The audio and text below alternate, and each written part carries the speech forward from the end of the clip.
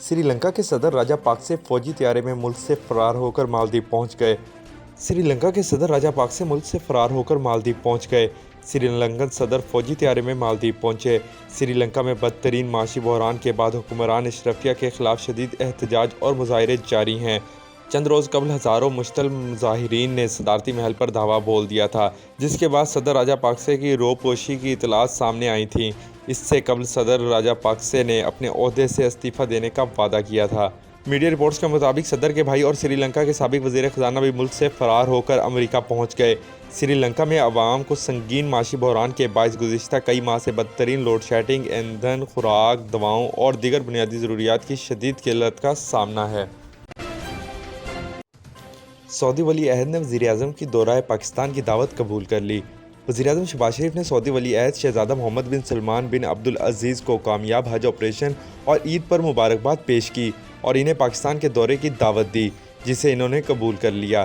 وزیر اعظم ہاؤس کی جانب سے جاری اعلامیہ کے مطابق شہباز شریف نے سعودی عرب کے ولی عہد نائب وزیر اعظم اور وزیر دفاع شہزادہ محمد بن سلمان بن عبدالعزیز ال سعود کو ٹیلی فونک رابطہ کیا اور انہیں عید الاضحیٰ کی مبارکباد دیتے ہوئے نیک تمناؤں کا اظہار کیا۔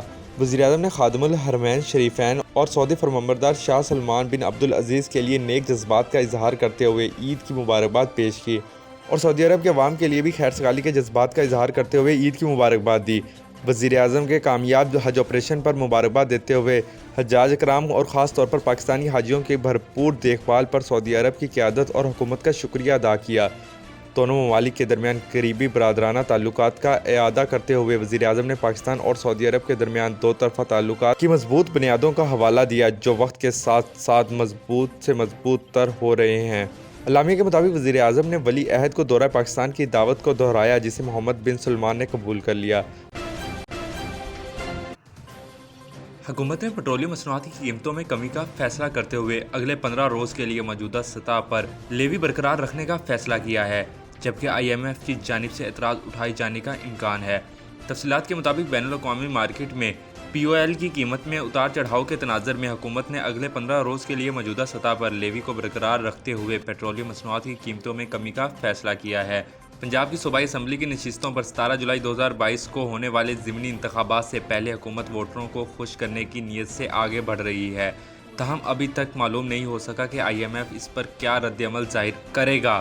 IMF قیمتوں میں کمی پر اعتراضات اٹھا سکتا ہے، کیونکہ وفاق نے رواں مالی سال کے دوران پیٹرولیم لیوی کی وصولی کے ذریعے 855 ارب روپے کمانے کا منصوبہ بنایا تھا۔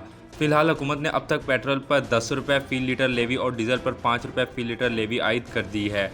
وفاقی وزیر خزانہ مفتاح اسماعیل نے 16 جولائی 2022 سے اگلے 15 دنوں کے لیے مقامی مارکیٹ میں POL کی قیمتوں میں کمی کی تجویز پر تصدیق کی ہے کہ بین الاقوامی سطح پر پیٹرولیم کی قیمتیں تھوڑی نیچے آ گئی ہیں، تاہم موجودہ کمی سے IMF کے جاری مذاکرات پر کوئی اثر نہیں پڑے گا۔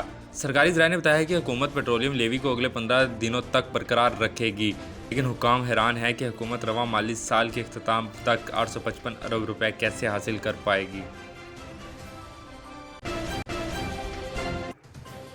کراچی میں نکاسی تاحال نامکمل، سڑکیں بہہ گئیں، طویل ٹریفک جام۔ شہر قائد میں بارشوں کا سلسلہ تھمے 2 روز گزرنے کے باوجود مرکزی شاہراہوں، تجارتی مراکز اور آبادی والے علاقوں میں کئی مقامات پر جمع پانی تاحال نکالا نہیں جا سکا۔ 2 روز قبل ہونے والی بارشوں کے بعد شہر کے بیشتر نشیبی علاقے ڈوب گئے تھے۔ سڑکیں اور انڈر پاسز دریا کا منظر پیش کر رہے تھے۔ عید کی تعطیلات ختم ہونے کے بعد شہریوں کی بڑی تعداد آج گھروں سے نکلی۔ سڑکیں بہہ جانے، گزرنے کا رستہ کم ہونے اور جگہ جگہ پانی کھڑا ہونے کی وجہ سے دفاتر جانے والوں کو شدید مشکلات کا سامنا ہے۔ شہر کے مختلف علاقوں کماڑی، شیرشاہ، اولڈ سٹی ایریا میں جگہ جگہ کیچڑ اور پانی جمع ہے، جبکہ پہلے سے تباہ حال سڑکیں مزید ٹوٹ پھوٹ کا شکار ہو گئی ہیں۔ اس کے علاوہ کرنگی، لانڈری، صدر، لیاری، کمیاڑی، لیاقت آباد میں سڑکوں کی ٹوٹ پھوٹ اور پانی جمع ہونے کی وجہ سے شہریوں کو دشواری کا سامنا ہے۔ اسلام آباد عدالت نے مارگلا ہلز میں گولف کورس کی تعمیر کو غیر قانونی قرار دے دیا۔ عدالت نے مارگلا ہلز میں گولف کورس کی تعمیر کو غیر قانونی قرار دے دیا۔ اسلام آباد ہائی کورٹ نے مارگلا ہلز نیشنل پارک میں تعمیرات کو غیر قانونی قرار دینے کا تفصیلی فیصلہ جاری کرتے ہوئے گولف کورس کی غیر قانونی تعمیر پر وزارت دفاع کو انکوائری کا حکم دے دیا۔ عدالت نے سیکرٹری دفاع کو فرانزک آڈٹ کرا کے قومی خزانے کو پہنچنے والے نقصان کا تخمینہ لگانے کا بھی حکم دیا، جبکہ نیشنل پارک کی 8068 اراضی پر فارمز ڈائریکٹوریٹ کا ملکیتی دعویٰ بھی مسترد کر دیا۔ فارمز ڈائریکٹوریٹ نے مونال ریسٹورنٹ کے ساتھ لیز معاہدہ بھی غیر قانونی قرار دے دیا۔ عدالت نے حکم دیا ہے کہ ریاست اور حکومتی عہدیداران کا فرض ہے کہ وہ مارگلا ہلز کا تحفظ کریں اور ریاست کی ذمہ داری ہے کہ عوام کے بنیادی حقوق کی خلاف ورزی کرنے والوں کے خلاف کارروائی کریں۔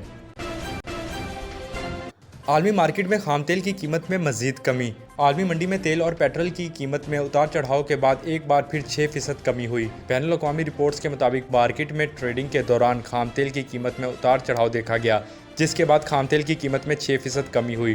ٹریڈنگ کے درمیان برینٹ 100 WTI کی فی بیرل قیمت $97 کی سطح پر پہنچ گئی۔